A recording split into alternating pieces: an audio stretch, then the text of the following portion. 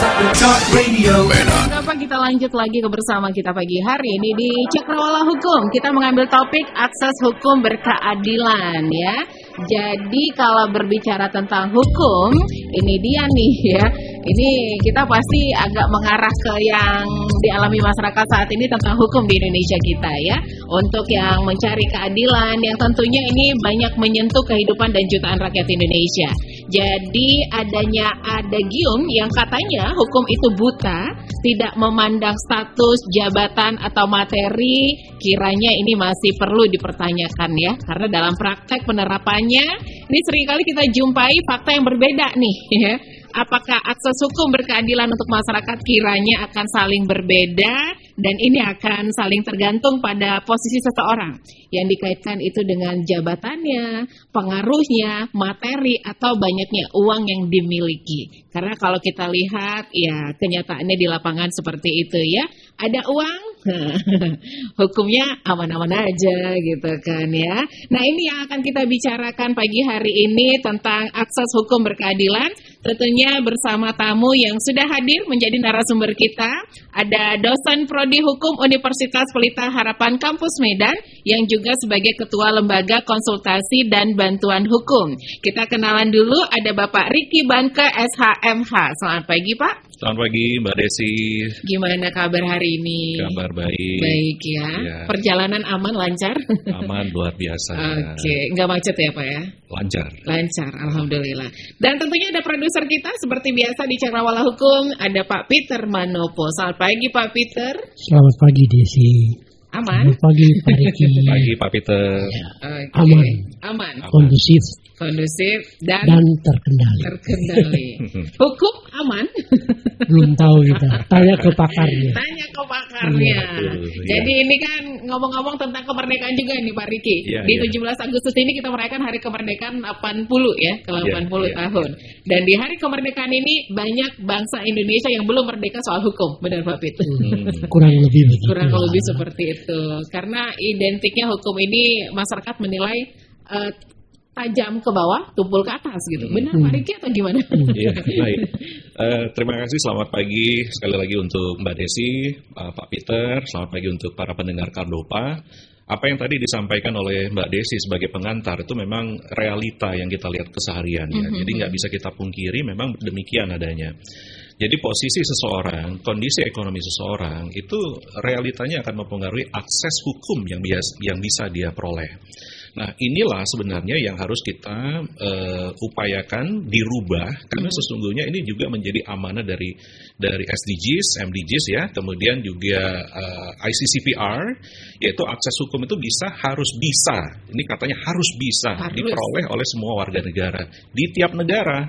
Jadi bukan hanya di Indonesia tapi di tiap negara. Nah dari ICCPR itu menjadi ada turunannya, beberapa misalnya turunannya menjadi hak asasi manusia, undang-undang hak asasi. Karena sesungguhnya bantuan hukum, pelayanan hukum itu juga menjadi bagian hak asasi yang tidak bisa terpisahkan. Kemudian ada lagi turunannya dari ICCPR itu menjadi undang-undang bantuan hukum. Bantuan hukum ini juga jelas dia akan memberikan akses yang lebih utama kepada masyarakat yang tidak mampu secara ekonomi. Kita katakan tanda petik miskin begitu ya. Nah, jadi kalau kita lihat dari berbagai latar belakang tadi, ini sesungguhnya menjadi kewajiban negara, ya, pemerintah untuk bisa memberikan akses tersebut secara terbuka, secara luas kepada setiap warga negaranya, tanpa membedakan latar belakang apapun itu, ya. Tidak perlu membedakan status sosial, ekonomi, dan seterusnya. Nah, pertanyaannya, apakah negara sudah hadir begitu? Nah, negara sesungguhnya sudah hadir, tetapi kurang optimal. Kita harus akui juga, negara sudah hadir. Apa bukti kehadiran negara dalam melindungi warga negara? Yang pertama, kita ambil contoh dalam kasus pidana. Kalau kasus pidana itu kan akan berhadapan, di pengadilan itu, di ruang sidang itu kan akan hadir jaksa berhadapan dengan advokat, dan di tengah-tengah mereka berdua di bagian depan itu ada majelis hakim gitu ya. Nah, apa bukti kehadiran negara di sini? Jaksa. Jaksa itu adalah representatif kehadiran negara untuk membela hak-hak korban. Ya kan? Jadi siapapun warga negara yang menjadi korban hukum, korban penyelewengan hukum, korban ketidakadilan hukum dalam kasus pidana, maka akan dibela oleh negara dalam bentuk kehadiran jaksa. Nah, bagaimana dengan pelakunya? Apakah juga akan ada hadir negara untuk membela? Jadi konsep tadi kan bahwa akses ini harus berkeadilan gitu. Jadi tidak hanya untuk pelaku, tidak hanya kepada korban, tapi konsepnya tadi kepada semua warga negara. Nah, untuk pelaku juga sebenarnya negara sudah hadir. Tadi dengan Undang-Undang Bantuan Hukum, ya Undang-Undang Bantuan Hukum itu menyatakan bahwa negara dengan perpanjangan tangan OBH, BBH, LBH atau LKBH, apapun namanya, tapi tujuannya adalah untuk membantu itu ya. Nah, itu harus menjadi lembaga yang terverifikasi, akreditasi oleh Kemenkum, Kementerian Hukum. Nah, Kementerian Hukum itu setiap tahunnya akan memberikan dana sekitar 53 sampai 56 miliar per tahun. 53 sampai 56 miliar per tahun. Dan itu rutin. Ya. Nah, itu yang nanti akan diberikan kepada OBH, BBH, dan seterusnya tadi, yang memang sudah terverifikasi, akreditasi, dan akan ditugaskan menjadi mitranya BPHN, itu untuk di bawah Kemenkum ya, di bawah Kemenkum untuk membantu masyarakat-masyarakat miskin yang sedang berhadapan dengan hukum. Nah, kalau kita lihat realitanya tadi di dua sisi, ada jaksa, ada ini advokat yang juga membantu dari ini, ya jelas negara sudah hadir gitu kan. Ya, cuman belum optimal tadi seperti itu. Betul. Kenapa belum optimal? Pertanyaannya muncul lagi. Kenapa belum optimal? Karena ternyata dari data BPHN juga masyarakat masih banyak yang belum mengetahui itu. Jadi saya kutip aja langsung, ini 86% masyarakat tahu tentang hak mereka. Tetapi dari 86% itu dari 86% itu 53 tidak tahu cara mengaksesnya. Oke. Nah, jadi 86% tahu, tapi dari 86% itu ada 53% yang tidak mengetahui bagaimana cara memperolehnya. Akses tadi. Nah, ini jadi peran kita pagi hari ini saya pikir kan juga sangat strategis ya. Radio Kardopa dengan ini juga bisa menyebarluaskan, apalagi dengan live streaming, sepanjang ada akses internet masyarakat bisa mengakses dari manapun. Mudah-mudahan. Nah, bagaimana masyarakat bisa mengakses bantuan hukum ini? Banyak. Tadi kalau OBH, BBH itu bisa dari Kemenkumham. Kalau seandainya masyarakat kurang tahu yang mana yang sudah terakreditasi, yang mana yang belum, yang mana menjadi mitra, ada Kementerian Hukum yang bisa kita datangi dan mereka juga akan memberikan layanan itu. Nah, jadi kalau secara mekanismenya sebenarnya sudah rapi ya, secara mekanismenya sudah rapi gitu. Cuman mungkin masyarakat yang belum paham bagaimana caranya. Mungkin masyarakat mikirnya berbayar kali ya Pak. Udah kalau bersentuhan dengan hukum, ada pengacara, ada ini pasti bayar. Iya. Jadi orientasinya kepada masalah Keuangan. Dan kedua, seperti disampaikan Pak Riki tadi, ada masyarakat yang belum paham, sekian persen. Ya. Nah, bagaimana masyarakat memahami itu kalau tidak terbuka? Nah, itu dia. Jadi berarti sosialisasi terhadap ini kan masih kurang. Masih kurang ya. Oke. Akhirnya masyarakat menuntut keadilan tadi ya. Iya, kadang-kadang masyarakat juga bersikap apatis karena ketidaktahuannya. Ya. Jadi bukan menuntut, tapi mendiamkan problematika yang dihadapinya. Sudahlah, saya orang kecil, saya mau menghadapi ini nggak ada, mau mikirin makan sehari-hari itu susah begitu ya. Nah, jadi itu yang realita juga menjadikan. Padahal kita tahu tadi ini amanat undang-undang, semuanya harus dilindungi oleh negara. Tadi negara sudah menyediakan 53 sampai 56 miliar, kenapa ini nggak bisa diakses? Kan harusnya bisa, ada jalur-jalurnya gitu. Gitu. Tapi kalau misalnya kita mendapat bantuan dari kayak LBH tadi atau seperti Pak Riki bilang, itu kita gratis atau berbayar atau memang pemerintah sudah menanggung di situ atau gimana? Pemerintah sudah menanggung itu langsung melalui perpanjangan tadi yang lembaga-lembaga yang sudah terakreditasi tadi. Artinya para pencari keadilan Justiabelen itu tidak perlu mengeluarkan biaya Rp1 pun. Nah, itu dia. Jadi ini yang perlu dicatat. Iya, pasti. Nah, jadi nggak perlu khawatir, tidak perlu khawatir untuk mendapatkan akses bantuan hukum. Tetapi ingat bahwa ini memang karena konsepnya adalah agar berkeadilan, maka mereka bantuan ini diutamakan kepada masyarakat yang tidak Tidak mampu mampu. atau miskin. Apa kategori miskin? Nah, ada dua parameter yang bisa kita lihat. Yang pertama, kalau dari Bank Dunia itu mengatur orang miskin itu adalah mereka yang memperoleh pendapatan 500.000 sampai 1.500.000 per bulan. Per bulan, oke. Nah, kalau kita lihat ya itu juga yang menjadi landasan pengupahan, nggak boleh lebih rendah dari itu. Karena kalau lebih rendah dari angka tersebut maka bisa dikategorikan orang miskin. Oke. Kalau kita mengacu kepada Undang-Undang Bantuan Hukum, maka dikatakan dalam Undang-Undang Bantuan Hukum itu adalah mereka yang tidak mampu memenuhi kebutuhan sandang, pangan, papan, dan pendidikan. Oh, Nah, oke. tambah lagi deh sandang, Masuk pangan, ya pendidikan. yang tidak layak. Oke. Jadi kalau seandainya sandang, pangan, papannya terpenuhi, tapi pendidikannya tidak layak, itu juga bisa kategori miskin. Oke. Ya, logikanya begini, bagaimana dia bisa memperoleh pendidikan? Harusnya kan karena dia punya kemampuan ekonomi, gitu kan. Nah, tapi kalau dia memang tidak mampu memiliki kemampuan ekonomi, ya jelas dia secara pendidikan juga akan kurang. Nah, ini akan menimbulkan dampak-dampak sistemik berikutnya akibat pendidikan yang kurang, akibat pengetahuan yang kurang, akibat aksesnya yang kurang. Yang kurang. Akhirnya lebih banyak yang tidak Ya, yang tidak mau paham, memperjuangkannya. yang tidak mau memperjuangkan juga. Ya udahlah gini aja lah. Karena ketidakpahaman tadi ya Pak Peter Iya. ya. Atau kita angkat telepon dulu ini Pak Peter. Silakan. Oke. Selamat pagi Kardopa. Selamat pagi. Dengan Pak. Oke, opini. Nggak ada. Hari ini Cakrawala Hukum aja. Opini minggu depan. Ada kopi mayor di situ. Nggak ada. Kok ditanya yang aneh-aneh? Ini Pak Kuswanto nih. Kopi Mayer ntar aja ikutan kuisnya. Ini langsung nih kita ngomongin tentang hukum nih, akses hukum berkeadilan. Gimana menurut Pak Kuswanto? Kita menghadirkan Minta kopi mayor tuh sama Mbak Desi. Iya, nanti kita kasih. Oke. Ya, Assalamualaikum Bang Peter, sehat? Sehat. ada Pak Riki. Oh, Pak Riki ya. Assalamualaikum. Ya. Menarik pagi hari ini bicara tentang hukum. Yang mana masyarakat masih banyak yang awam tentang hukum nih Bang Peter. Ya. Terutama masyarakat yang termarginalkan. Jadi banyak di pinggiran itu yang tersangkut, kalau saya bilang bukan tersandung ya, tersangkut kasus. Oke. Yang bingung kemana mereka mau meminta bantuan Ya. atau advokasi hukum kepada PH ataupun yang lainnya kan gitu. Sehingga mereka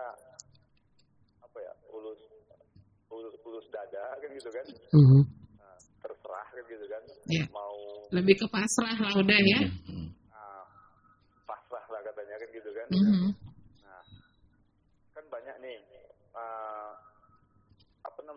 lembaga-lembaga bantuan hukum nih di Medan yang siap mengakomodir dan membantu untuk masyarakat kan gitu kan. Tapi di satu sisi masyarakat tadi tidak mengetahui. Artinya tentang adanya bantuan hukum ini kan gitu kan. Memang kan yang sebagian yang tahu oke lah kan gitu kan. Ya, yang nggak paham ini yang lebih ke pasrah tadi menurut Pak Kuswanto ya. Ya. Jadi terkait dengan pemerintah khususnya ini Kementerian Hukum dan HAM, Kementerian Hukum ya sekarang ya. Ya, Kementerian Hukum, Pak. Kementerian Hukum. Terus jajarannya di bawah itu Dimkum kan gitu kan. Ini harusnya mensosialisasikan ke akar rumput kan gitu, ke masyarakat, ke publik. Ini saya lihat memang nggak pernah gitu kan. Oke. Apakah ini sosialisasinya ada di kelurahan kan gitu kan? Ada yang tahu yang adanya ini Bang Peter tentang narkoba kan gitu kan. Kan banyak nih, hanya persoalan kecil, persoalan sepele ini sampai digelar perkara kan gitu. Sampai ke pengadilan, sampai ke meja hijau kan gitu kan. Nah, apalagi nih kalau sudah menyangkut pidana ini, polisi paling senang gitu. Ya kan? Ya. Yang penting siapa yang cabut perkara kan gitu.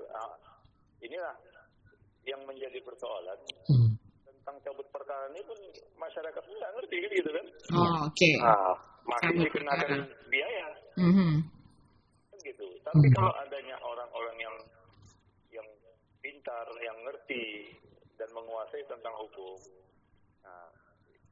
inilah peluang kita membantu masyarakat untuk meluruskan kepada penegak hukum kan gitu kan. Iya. Oke. Mungkin itu saja dulu sementara. Tapi kalau menurut Pak Kuswanto sendiri bagaimana tentang hukum berkeadilan kita selama ini? Masih kurang. Masih kurang. Oke. Masih kurang. Nanti kalau gua bilang nggak ada nggak mungkin kan gitu kan. Masih kurang ya, kurang banyak gitu. Kurang banyak kan gitu kan. Oke. Baik, terima kasih. Keluarga ada di sebagian keluarga kita juga mengalami seperti itu. Mm-mm. Dan ini satu lagi izin Bang Peter. Ya. Ada di kalau kita bilang di salah satu lembaga bantuan lah kan gitu kan. Mhm. Kan itu gratis kan gitu. Iya. Iya, Tapi di lapangan di tiket pilih dia sih meminta semacam infak namanya, infak. Oh. Oke. Mengatasnamakan infak. Ya, baik. Kalau memang gratis, Gratis lah gitu ya. gratis kan Oke. gitu kan. Oke. Kalau memang ada operasional, Mm-mm. jelaskan kan begitu. Oke. Mungkin ada biaya admin atau biaya operasional atau apa gitu ya. Memang pemerintah itu memberikan anggaran untuk masyarakat bantuan hukum kan gitu kan. Oke, baik. Saya tahu nilainya itu kan gitu. Oke. Oke, terima kasih. Terima kasih Pak Kuswanto sudah bergabung bersama kita di Cakrawala Hukum. Tapi kita balik ke topik kita nih Pak Riki tentang akses hukum berkeadilan. Sebenarnya yang dimaksud dengan akses hukum berkeadilan ini apa gitu Pak Riki? Ya, sesuai dengan gabungan kosakatanya. Kalau kita perhatikan memang akses hukum itu yang pertama harus bisa diperoleh oleh setiap orang sehingga terciptalah keadilan. Jadi akses hukum yang berkeadilan itu adalah secara singkatnya adalah bagaimana masyarakat itu bisa memperoleh akses terhadap informasi hukum, bagaimana masyarakat bisa memperoleh akses terhadap pelayanan hukum, bagaimana masyarakat bisa memperoleh akses terhadap bantuan hukum. Jadi pelayanan dengan bantuan beda. Nah, jadi kemudian bagaimana masyarakat juga bisa ikut berperan aktif ya untuk ikut bantu menegakkan akses ini gitu. Jadi jangan bersikap apatis, jangan bersikap pasif seperti tadi kita udahlah pasrah aja gitu ya. Jangan begitu juga. Oke. Karena kan pemerintah sudah menyediakan lembaga untuk membantu ya. Sesuai dengan sila Pancasila tadi, keadilan bagi seluruh rakyat Indonesia. Rakyat Indonesia berhak mendapatkan keadilan di hukum ya Pak. Seharusnya. Kardopa pagi. Kardopa Cakrawala Hukum pagi. Iya, dengan Bang Martauli. Ya, si Bolga ya. Oke, langsung aja Bang Martauli. Narasumber dengan siapa ini, Mbak? Ada Pak Peter sama Pak Riki sebagai narasumber kita dari UPH Kampus Medan. Pak Riki, Pak Peter, salam sehat. Salam sehat. Sehat juga Pak Martauli di Sibolga ya. Iya, Pak Peter dan Pak narasumber. Iya, kalau bicara tentang hukum ini, kalau kita yang awam ini, ya kebetulan saya izin akademisi, ya pengajar juga, melihat kayaknya hukum ini masih mahal ilmunya ya. Walau profesi ini, orang pasti takut dengan namanya hukum kan gitu, duluan takut. Dengan kitab sucinya yang banyak itu ya, kitab suci apa itu? Perdana dan pidata, perdata kan? Perdata itu adanya jurusan hukum kan, pidana perdata. Dan hukum-hukum ini kan ada sebelum Indonesia merdeka. Diimport lah ini ya dari Aristoteles sana, di Yunani sana, Eropa sana kan, masuklah ke Indonesia dari orang Belanda sampai ke kita gitu. Dan ada bedanya hukum di negara Commonwealth itu, Persemakmuran Inggris, Amerika, dan bahkan Eropa, bahkan ke kita yang buatan Belanda yang memang saya pikir masih banyak belum di-upgrading ini, di-update, direvisi bunyi dan pasalnya atau nominal, ganti rugi, pidana, hukuman, lama hukuman.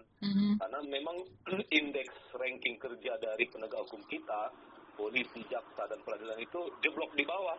Kan gitu, itu harus kita fakta pertama dulu. Pak narasumber yang harus kita pahami, bahwasanya ranking penegak hukum itu kan ada pelakunya, ada pengacaranya, ada hakimnya, ada orang-orang yang berlalu lintas di dalamnya, sampai saksi korban dan sebagainya, sampai pada pelanggaran HAM dan sebagainya. Itu kan masih buruk dalam lalu lintasnya sampai ponisnya kan gitu. Tadi kan disebutkan ada indikator kalau punya uang ya dia bisa bayar, statusnya apanya, posisinya. Aman. Ya itu kan ibaratnya nggak jauh-jauh kalau ada humor yang bilang hakim itu kan singkatan guyonnya kan, hubungi aku kalau ingin menang. Ya kan? Saya agak lucu membacanya seperti itu. Ujung-ujungnya duit. Ya kan? Baru banyak lagi ya. Jadi menang jadi arang, kalah jadi abu. Ya kan? Jadi sekelas pengacara pun harus memastikan dirinya berjuang habis-habisan pakai pasal-pasal berlapis supaya kliennya menang. Jadi orang yang benar belum tentu bisa menang. Kalau bisa bayar, yang bisa yang donatur dilarang ngatur. Gitu kan. Yang bukan donatur dilarang ngatur. Iya, jadi di keadilan itu belum bisa ditutup mata, itu belum bisa dirasakan karena memang itu tadi literasi hukum untuk masyarakat itu mungkin masih rendah atau mungkin masih takut dan dianggap tabu. Itu hanya untuk kelas-kelas filsuf yang di atas. Yang kedua, saya juga nggak tahu ya kalau kita akhirnya pernah berkasus dengan hukum, katakanlah melanggar lalu lintas lah, lampu merah ya kan, terus tim STNK kita ditahan, ditilang, terus nanti ambil ke sana dengan persidangan ini selesai, pasti kita pernah lah ya kan. Jadi pelaku pelanggaran hukum lah, katakan lalu lintas receh-recehnya kan gitu ya. Hukum berlalu lintas ya. Ya itu kan ya namanya kan berarti kita pernah korban ya kan. Dalam hidup kita pasti pernah. Tapi disitulah akhirnya kita belajar secara otodidak. Pak Peter dan Pak narasumber ya, bagaimana ternyata ini, ternyata kalau sudah tersangkut dengan hukum ngeri-ngeri sedap ya. Udah kayak di peradilan ya kan, peradilan Tuhan yang langit ketujuh sana kan, karena dibilang kan hakim itu kan wakilnya Tuhan kan, ya kan, manusia setengah dewa. Sampai kemarin mohon izin, kejaksaan itu kan 280% gajinya ditambah ya, kejagung itu kan. Ya, kemarin ada kenaikan gaji mereka dari Pak Presiden ya. Jadi kita mau bilang apa? Segitu masif dan segitu jelimetnya lah forensik laboratorium para kejaksaan dan peradilan ini harus memang betul-betul mumpuni memproses dari kepolisian dulu kan, penyidik menyelidiki, naiklah nanti kejaksaan, ada jaksa penuntut, ada jaksa pendakwa, ada pembela sampai ke vonis SP3 di peradilan kan, banding dan sebagainya, novum baru, walaupun sampai publik udah lupa. Itu udah semua enggak kasus yang kemarin extraordinary crime berat sedang dan dengan itu. Kalau untuk kasus sendal jepit ya mungkin cepat. Kasus yang receh-receh cepat ya? Ya cepat sekali. Hitungan bin salah bin tutup mata langsung dia. Sampai langsung kena vonis ya? Udahlah, udah apa lah itu, udah masuk angin. Alat gitu prosesnya ya? Iya, sampai petugas hukumnya juga kena kan? Sampai kemarin. Jadi maksud kita bagaimana nih Pak? Apakah memang menjamin intelektualitas para petugas hakim hukum kita di sana itu berdasarkan IQ, bukan berdasarkan nilai kejujuran, transparansi, akuntabilitas atau promoter presisi lah yang kayak kepolisian itu kan? Berkeadilan, bertransparansi, itu kan nggak apa-apa lah kalau filosofis itu di copy paste. Samanya semangat Kejaksaan Agung kan, kalau bicara penegak hukum itu ada Kejaksaan Agung, peradilan kan gitu. Berarti Bang Martauli menilai hukum di Indonesia kita ini belum berkeadilan. Belum adil, merata, SDM manusianya juga pula ya kan. Kalau makin di kota besar dia tangkapan kasusnya ya makan orang itu di situ kan. Kalau di kampung ya SDM-nya ya mungkin IQ-nya di bawah rata-rata lah. Ya, langsung aja kita bilang begitu kan. Baik. Jadi maksudnya apakah dalam hal kesejahteraan itu pemerataan mereka ditempatkan itu berdasarkan like and dislike dari mereka, dewan hakim, saya juga nggak tahu. Karena itu kan diputuskan oleh presiden ya dan DPR untuk memilih hakim agung di Indonesia dan di kabupaten-kota besarnya kan gitu. Yang terakhir Pak, kalau dalam hal indeks menyelesaikan kasus-kasus besar, kecil dan ringan extraordinary crime, apakah memang kita terhambat dengan bunyi pasal-pasal yang memang saya pikir sudah usang. Belanda pun udah nggak melakukan itu. Karena kan di samping ada hukum, ada undang-undang. Ya, undang-undang itu ya pasti kan ada itu di DPR, di Presiden, peraturan Perda, Menteri.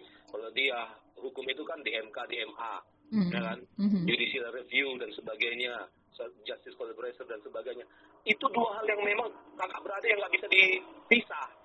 Pertanyaannya, para DPR kita dari bagian parlemen kita, ketika mengkawinkan tentang hukum law, justice dengan peraturan undang-undang dasar bernegara itu, mereka juga menjadi pelaku akhirnya, para birokrat, koruptor dan sebagainya. Oke, paham. Maksud kita adalah apakah sampai segitu barbarnya kah para parlemen kita juga, apalagi undang-undang perampasan aset dan pembuktian terbalik. Itu kan sudah kuat itu di DPR, tapi nggak mau mereka sahkan. Jadi para hakim-hakim di KPK, di Kejaksaan Agung juga tersandra dengan dirinya gitu loh. Oke, baik. Padahal sudah ada sekarang no viral no justice kan. Ya. Itu sudah cukup alat bantu untuk menyelesaikan satu kasus. Bagaimana Bapak melihat polemik ini supaya kita mereformasi orang-orang di hakim dan kita pun masyarakat teredukasi. Saya pun nggak tahu ceritanya. Entah harus jadi korban dulu kita baru kita mengerti otodidak suatu pengalaman hidup kan dulu yang terbaik. Untuk tunjuk. Assalamualaikum. Terima kasih Pak Martauli. Ya Pak Riki, dari dua penelpon awal tadi, Pak Kuswanto di Medan dan Pak Martauli yang di Sibolga tetap mengkritisi hal-hal yang berbau hukum. Oleh karena itu, kalau kita bicara masalah akses hukum itu, apakah memang realitanya begitu Pak Riki? Akses hukum, apakah kemudian terjadi pembedaan terhadap masyarakat? Iya, benar. Ya, di awal tadi saya sudah katakan bahwa memang itu realita yang nggak bisa kita tutup-tutupi secara nyata, gamblang, bisa kita lihat di depan mata kita di berbagai tempat begitu ya. Nah, tapi ini balik lagi, memang kalau kita ingin menegakkan akses hukum yang berkeadilan, seperti yang tadi disampaikan oleh Pak Kuswanto dan juga Pak Martauli, beliau-beliau tadi menyinggung tentang penegak hukumnya, bicara tentang APH-nya, aparat penegak hukumnya, apakah bisa profesional atau tidak.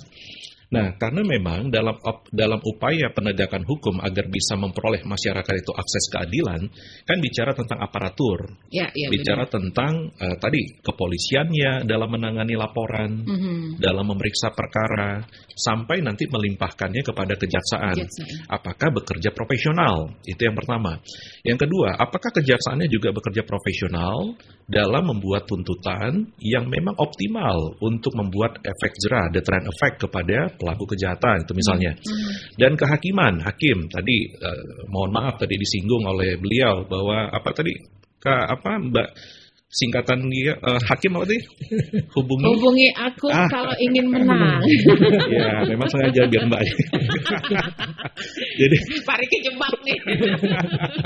Nah, jadi ya itu anekdot. Anekdot masyarakat akhirnya seperti itu gitu. Anekdot, tetapi berapa realita ada juga hakim yang ditangkap. Iya benar. Nah, seperti contoh kasus Surabaya. Bagaimana hakim tersebut 3 orang dalam satu majelis itu ditangkap karena memang terbukti menerima suap membuat settingan putusan. Nah, ini jelas kan, memang ada realitanya begitu. Kasus nyatanya ada kita lihat. Jadi anekdot tapi yang memang mungkin diambil dari kisah nyata. Kisah nyata, benar. Nah, jadi kalau saya lanjutkan, penegak hukum itu penting. Ya, penegak hukum itu penting. Bagaimana bersikap profesional? Tadi disinggung juga dengan kenaikan gaji. Apakah ini menjadi solusi? Belum tentu. Kemarin sempat kita bahas ini ya, di opini masalah kenaikan gaji hakim. Jamin. Belum tentu. Belum tentu kata Pak Riki. Iya, harapannya memang dengan meningkatkan kesejahteraan bisa menurunkan keinginan berbuat curang. Itu harapannya.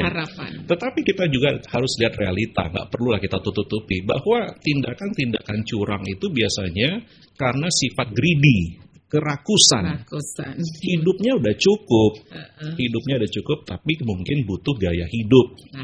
Nah, kebutuhan hidup dengan gaya hidupnya beda. Jadi ya kita lihatlah, hakim kan gajinya udah tinggi ya, kok masih mau nerima itu? Kan gitu kan realitanya. Berarti kan greedy itu sebenarnya, greedy aja. Nah, jadi bagaimana tadi penegak hukum itu juga harus bisa bersikap profesional. Kalau kita bicara berikutnya, ini nanti sebenarnya Pak Kuswanto dengan Pak Martauli ini mau menyinggung 3 hal ini yang mungkin juga sudah pernah disampaikan di sini. Bicara tentang legal structure, yaitu legal structure-nya itu aparat penegak hukumnya. Kemudian legal substance, yaitu undang-undang dan peraturan yang mendukungnya. Udah ada, tadi kita bilang udah ada gitu kan. Nah, kemudian yang terakhir adalah legal culture-nya. Budaya hukumnya di mana budaya hukum ini menyangkut semua, mulai dari budaya hukum APH, budaya hukum masyarakat juga seperti apa. Nah, kita lihat ya realitanya masih begitu, masih ada aparat yang oknum, kita bilangnya oknum APH yang greedy, ada realitanya legal culture dari masyarakat yang apatis, takut, diintimidasi, akhirnya nggak mau melakukan, memperjuangkan hak-haknya seperti itu. Jadi kalau mau betul-betul akses keadilan, ya tiga-tiga ini harus simultan harus bersama-sama langsung. Harus bersama-sama ya. Ya, kalau masyarakat takut berhadapan dengan APH itu, aparat penegak hukum, kendalanya apa sebenarnya? Apakah mereka kurang tahu atau memang keadilan itu masih dijangkau oleh orang-orang yang dalam tanda petik punya uang? Beruang. Iya betul Pak Peter. Jadi memang ada berbagai penyebab. Tadi Pak Peter sudah menyebutkan beberapa penyebabnya. Memang itulah beberapa penyebabnya. Ketidaktahuan, mungkin ketakutan masyarakat akibat literasi, pengetahuan akses hukumnya yang kurang.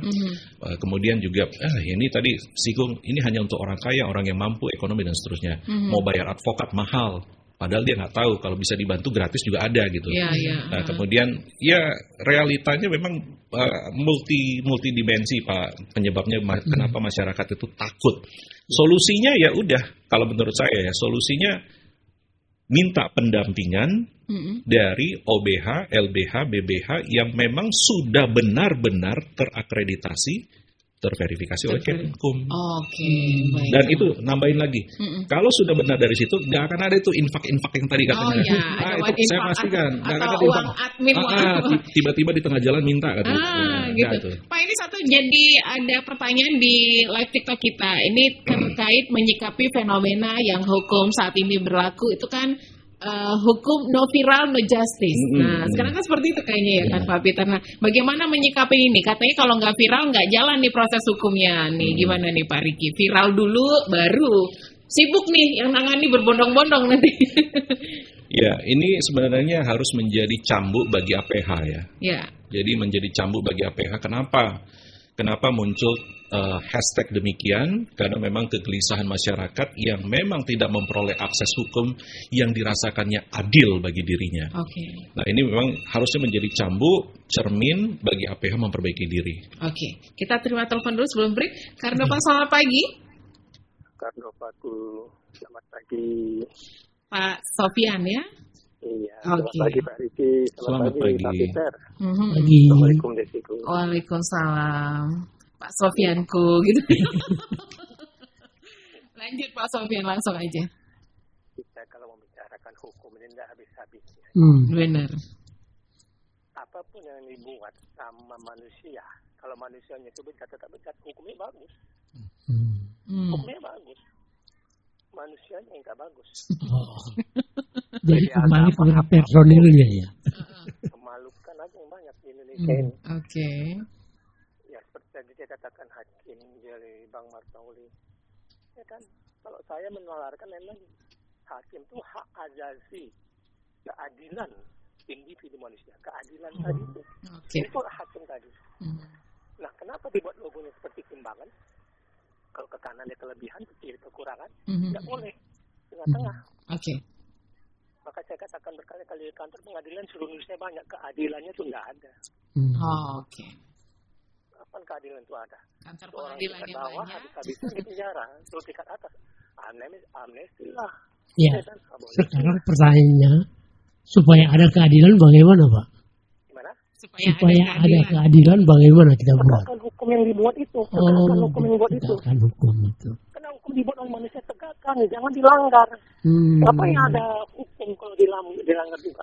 Bagus, jangan logonya timbangan, logonya jalan tol aja lurus. Yang langgar itu siapa? Langgar penegak hukum lah. Penegak hukum. Nggak mungkin kita yang melanggar kan? Pak Peter mancing-mancing aja ini. Pak Peter memancing-mancing, nggak pancing lagi ya. Penegak hukumnya ya? Iya, penegak hukumnya lah. Nah, dia tahu undang-undang, tapi kita beratnya undang-undang. Nah, itu dia. Tabrak lari deh. Kalau lari kena ada apa? Kena ada cuan. Kalau nggak ada cuan, mana mau dia nabrak? Nah, begitu. Jadi kalau bisa, namanya keadilan itu, ya buatlah keadilan. Tapi kalau memang katanya tidak ada keadilan, ngapain ada lembaga hukum? Ada LBH, ada advokasi, ada segala macam. Kan begitu. Tujuannya untuk menegakkan hukum. Tetapi sekarang ini membela yang bayar daripada membela yang benar. Oke. Ngeri nih. Di mana-mana berani membela yang bayar, tapi bukan malu berani membela yang benar. Oke. Nah, jadi hukum kita ini kalau sudah ada atas politik, sudah di atas hukum, ini berat hukum ya? Sudah di bawah politik. Oke. Harusnya itu hukum di atas politik. Oke, terima kasih. Terima kasih Pak Sofyan. Ya, sebelum dijawab memberikan pandangan terhadap penelpon kita, yes. Kita break dulu sebentar ya pendengar Kardopa. Masih boleh join bersama kita di live TikTok radiokardopa.kdg atau juga di live Facebook kita Kardopa 994 FM. Boleh juga WhatsApp ya 0852 9000 9940 atau juga di line telepon on air kita 4521 350. Stay tuned. Yeah. Kardopa Radio FM. Satu untuk tetap jadi nomor satu. Talk Radio Medan.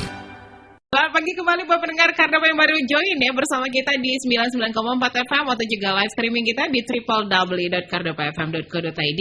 Masih ada Pak Peter dan masih ada Pak Ricky ya untuk obrolan kita. Nih, kita mau lanjut lagi nih. Mungkin masyarakat masih belum paham bagaimana cara kita untuk mengakses hukum keadilan tadi gitu ya Pak. Salah satunya bagaimana masyarakat bisa menjangkau lembaga bantuan hukum. Benar sekali. Pak Riki sebagai ketua lembaga konsultasi dan bantuan hukum UPH itu bagaimana sih Pak Riki? Iya. Jadi memang ini sebenarnya bagian dari amanat undang-undang juga. Ada Tridharma perguruan tinggi. Iya. Tridharma perguruan tinggi itu ada kewajiban untuk melakukan pengajaran, penelitian, dan pengabdian kepada masyarakat.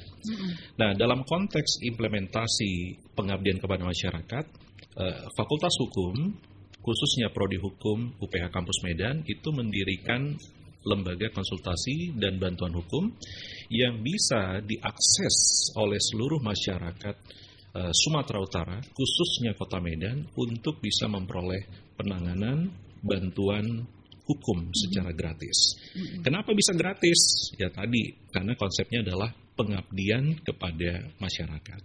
Nah, ini saya jamin di depan Mbak Desi, di depan Pak Peter, semua penanganan itu bisa gratis, Rp0. Tetapi memang kita memiliki prosedur untuk meminta setidaknya syarat administrasi, surat keterangan tidak mampu.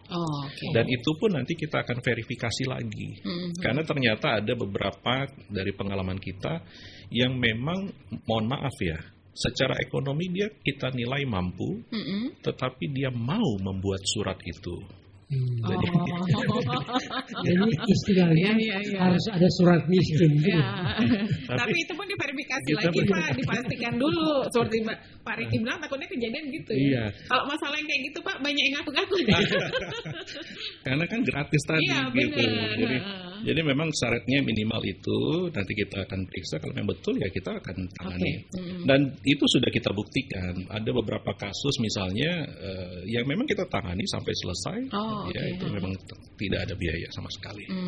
Nah, kasus-kasus yang ditangani itu bervariasi pasti kan. Tapi kan pasti mesti ada, katakanlah pidana atau perdata. Ya, jadi memang betul bervariasi. Jadi kita di situ sampai saat ini ya beragam. Ada masalah tentang pertanahan, ada masalah tentang ketenaga kerjaan. Nah, syukurnya kita ada ahli ketenaga kerjaan Ibu Kristina tuh. Mungkin kemarin sudah hadir kemari. Nah, beliau think tank-nya untuk bidang itu ketenaga kerjaan. Jadi kalau pidana kita ada Pak Japansen, ya, kemudian saya juga pidana. Kemudian nanti terkait dengan pertanahan agraria itu ada Pak Joy, ada Pak Albert. Jadi perdata, bisnis juga ada. Nah, kenapa ada bisnis dan perdata? Karena memang kita sifatnya LKBH itu terbuka untuk semua tadi, akses berkeadilan. Nah, karena dia berkeadilan, maka kita juga harus bisa melayani orang yang mampu. Tapi kita batasi, mampunya sampai mana nih? Oke, kita layani tapi hanya sebatas konsultasi saja. Konsultasi gratis. Tapi kalau yang tadi itu memang SKTM, surat keterangan tidak mampu, sampai perkaranya selesai. Gitu. Jadi berarti gratis, tidak mengeluarkan uang, tanpa biaya sedikit pun sebenarnya. Tapi ada syaratnya. Tapi ada syaratnya tadi, ya. Harus ada surat keterangan tidak mampu. Dari siapa surat? Serendah-rendahnya lurah. Oke. Nah, dari pengalaman Pak Riki menangani masalah-masalah yang ada, kira-kira apa yang bisa diambil kesimpulan terhadap masalah-masalah di masyarakat? Ya. Apa ya? Ya, masyarakat mungkin beberapa kita lihat itu banyak yang memang tidak tahu, tidak paham apa yang menjadi hak sebenarnya. Iya. Karena kadang-kadang juga ada yang datang ke kita sebenarnya memang itu bukan haknya. Tetapi mungkin dia merasa itu menjadi bagian dari haknya itu ya. Okay. Nah, ini kan balik lagi kepada yang poin pertama tadi, bahwa minimnya literasi, minimnya pengetahuan hukum. Ada beberapa hal kalau memang kita tahu ini hak kita, ya oke, kita perjuangkan. Tapi kalau kita tidak tahu hak kita tapi kita mau perjuangkan, ini yang perlu diperbaiki, perlu dikoreksi kan. Yang perlu kita perjuangkan kan yang hak kita. Tapi kalau bukan hak kita, untuk apa kita perjuangkan? Betul. Nah, gitu. Nah, ini kadang-kadang kan, ya itu bagian dari pencerahan juga ketika mereka datang, ya kita jelasin. Ini sebenarnya ini waris itu, contoh warisnya ya. Jadi contoh warisnya. Jadi ada yang pihak, ini kan bukan secara farid pembagian waris hukum Islamnya begini, secara pembagian hukum negaranya begini kan ini. Jadi memang kalau waris ini menarik. Ini khusus bagi umat Islam, itu bisa memilih dia mau menggunakan hukum negara atau hukum Islam, gitu. Jadi memang kalau dia pola pikirnya nanti tercampur aduk, ya itu yang jadi salah dia nanti. Oh, ini kan saya katanya, gitu. Tapi yang pihak lain justru menggunakan hukum negara. Gitu. Oke. Nah, tadi Pak Riki sempat menyebutkan pertanahan, masalah tanah. Itu booming di Sumatera Utara. Karena banyak kasus mafia tanah juga, gitu. Iya. Sehingga perlu pencerahan ke masyarakat kan, bagaimana sebenarnya proses yang diikuti dan bagaimana mereka mendapatkan bantuan hukum terhadap penyelesaian tanah yang bersengketa. Baik. Nah, kebetulan kalau bicara pertanahan ini kan sudah bicara tentang objek materi. Ada sesuatu yang bernilai nominal, keuangan. Nah, biasanya kita hanya sebatas konsultasi saja. Tapi karena memang kita sampai saat ini belum ada kelompok masyarakat adat yang ke tempat kita ya. Nah, kalau seandainya ada kelompok masyarakat adat yang memperjuangkan hak tanah ulayat, hak adat, itu mungkin berbeda ceritanya. Gitu. Tapi sejauh ini memang lebih banyak yang kepada hak kebendaan, hak kepemilikan pribadinya tadi. Nah, karena kita tadi kan udah menganalisa, wah ini kan kategori mampu sesungguhnya. Oh, tanahnya luas kok. Ya, tapi kan kita terbuka tadi ya, kita bisa akses, kita buka akses itu untuk yang mampu dan tidak mampu, tapi dibatasi. Yang mampu hanya sebatas konsultasi saja. Gitu. Nah, dalam arti tanah yang bisa menjadi bagian pemilikan dari masyarakat, masyarakat adat, misalnya contoh itu.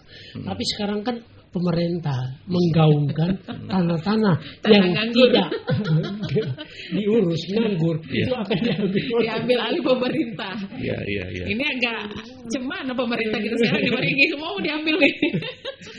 Ya, tanah mau diambil, rekening yang dorman mau diblokir, gitu ya.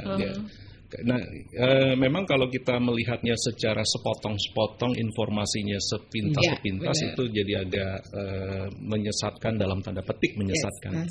Yang perlu kita lihat sebenarnya apa latar belakang lahirnya regulasi tersebut. Apa latar belakang dari regulasi tersebut. Sesungguhnya kalau kita benar-benar memperhatikan latar belakang kenapa lahirnya regulasi tersebut, bagus. Yang pertama, kenapa tanah itu harus dioptimalkan. Itu daripada tanah itu menjadi semak belukar, tidak menjadi produktif, lahan produktif, sehingga ada upaya pemerintah, ayo gunakan lahan kamu. Kamu punya lahan, kenapa kamu diamkan hanya menjadi hutan semak belukar begitu? Itu satu ya. Itu contoh saja pemanfaatan peningkatan nilai ekonominya.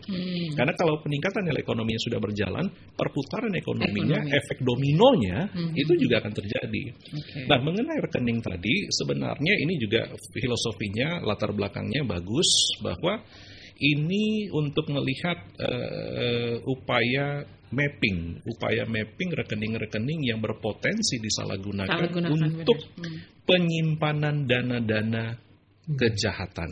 Seperti pencucian uang tadi. Betul. Dari judi online, dari narkoba, dari macam-macam. Jadi, nah ini kalau kita bicara, balik lagi yang dibilang beliau-beliau tadi, extraordinary crime. Karena narkoba dan yang tadi itu kategorinya memang extraordinary. Nah, kenapa dana-dana tersebut harus diperhatikan?